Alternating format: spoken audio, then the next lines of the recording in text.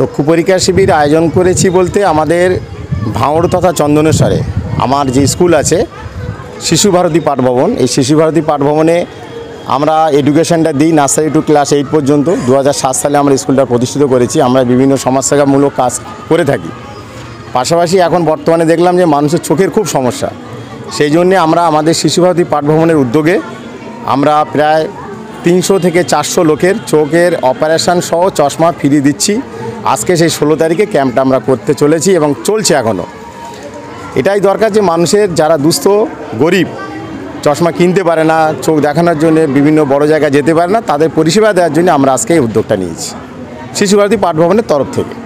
অন্য কিছু করতে পারতেন, চক্ষু পরীক্ষা শিবির কেন? চক্ষু পরীক্ষা শিবির এই কারণে করলাম, আমরা যে চোখ তো মানুষের একটা অমূল্য সম্পদ, চোখ না থাকলে মানুষ কিছু করতে পারবে না এবং চোখের বিভিন্ন সমস্যা আছে, সেই তাগিদ অনুভব করে আমরা এই শিশু ভারতী পাঠভবনের তরফ থেকে উদ্যোগটা আমরা নিয়েছি যে চোখকে ভালো রাখার জন্য। 25-26 অ্যাডমিশন চলছে আপনাদের? হ্যাঁ, আমাদের 2025-26 যে সেশন আসছে অ্যাডমিশন চলছে।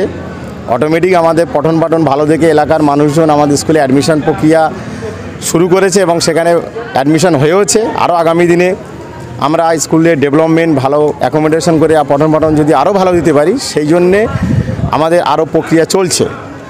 তো আগামী দিনে আমাদের ভর্তি চলছে। যারা এলাকার মেধাবী দুস্থ ছাত্র আছে তাদের জন্য আমরা সুযোগটা রেখেছি, এলে আমরা তাদের মানে পড়াশোনা যাতে কম পয়সায় আমরা ভালো পরিষেবা দিতে পারি সেই ব্যবস্থা আমরা করছি। অ্যাকচুয়ালি বেঙ্গলি ইংলিশ কোয়েট, আমরা ইংলিশকে বেশি প্রায়োরিটি দিচ্ছি। সিবিএসসি আইসিএসসি কারিকুলাম পাঠটা আমরা দিচ্ছি এখন। হ্যাঁ হ্যাঁ, চশমা একদম ফ্রিতেই দেওয়া হচ্ছে। আমরা 300 চশমা ফ্রি দিচ্ছি। নিশ্চয়ই, একদম তাই।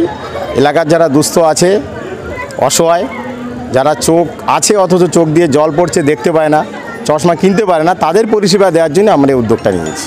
স্কুলের উদ্যোগে এমন একটা সমাজসেবামূলক কাজ, স্কুলের উদ্যোগে সমাজসেবামূলক কাজ আমাদের এই স্কুল, আমরা 2007 সাল থেকে যখন এডুকেশানটা দিচ্ছি তখন দেখলাম যে স্বাস্থ্যটা দরকার।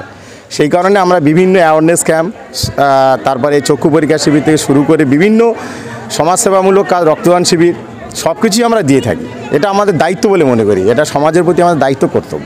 কি মেসেজ থাকবে স্কুলের পক্ষ থেকে আগামী দিনে? মেসেজ আরও থাকবে, আরও স্বপ্ন আছে। আমরা এখানে একটা হোমিওপ্যাথি ক্যাম্প করতে চলেছি, মানে একটা সপ্তাহে 2 দিন আমার স্কুলের বাচ্চা যারা আছে, গার্জেন যারা আছে, এলাকার গরিব দুস্থ মেধাবী যারা স্টুডেন্ট আছে এবং এলাকার সাধারণ মানুষের জন্য আমরা 2 দিন করে সাপ্তাহিক হোমিওপ্যাথি যাতে একদম ন্যূনতম পয়সা দিতে পারি।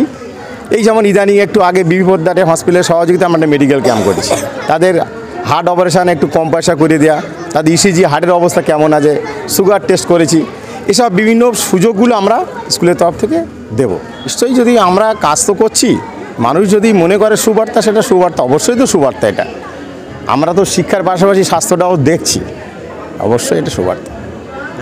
কতজন স্টুডেন্ট, কতজন শিক্ষক শিক্ষা নিয়ে আমাদের এই চন্দনেশ্বর শিশু ভারতী পাঠভবন, আমাদের এখানে স্টুডেন্ট আছে 227, আমাদের টিচার আছে 11 জন, নন টিচিং 3 জন, গাড়ি ইত্যাদি ধরে আমরা বহু স্টাফ আছি, আমরা প্রায় 21-22 জন। স্কুলে যদি কেউ অ্যাডমিশন করতে চায় সেক্ষেত্রে খরচ খরচা বলতে আমরা ওই বিষয়ে আমাদের একটা জাস্ট ফর্মালিটি আছে, সেগুলো স্কুলে এলে আমরা পরিস্থিতি বুঝে তাদের আমরা চেষ্টা করি। আমার নাম রবিউল ইসলাম, আমি এই শিশু ভারতী পাঠভবনের সম্পাদক।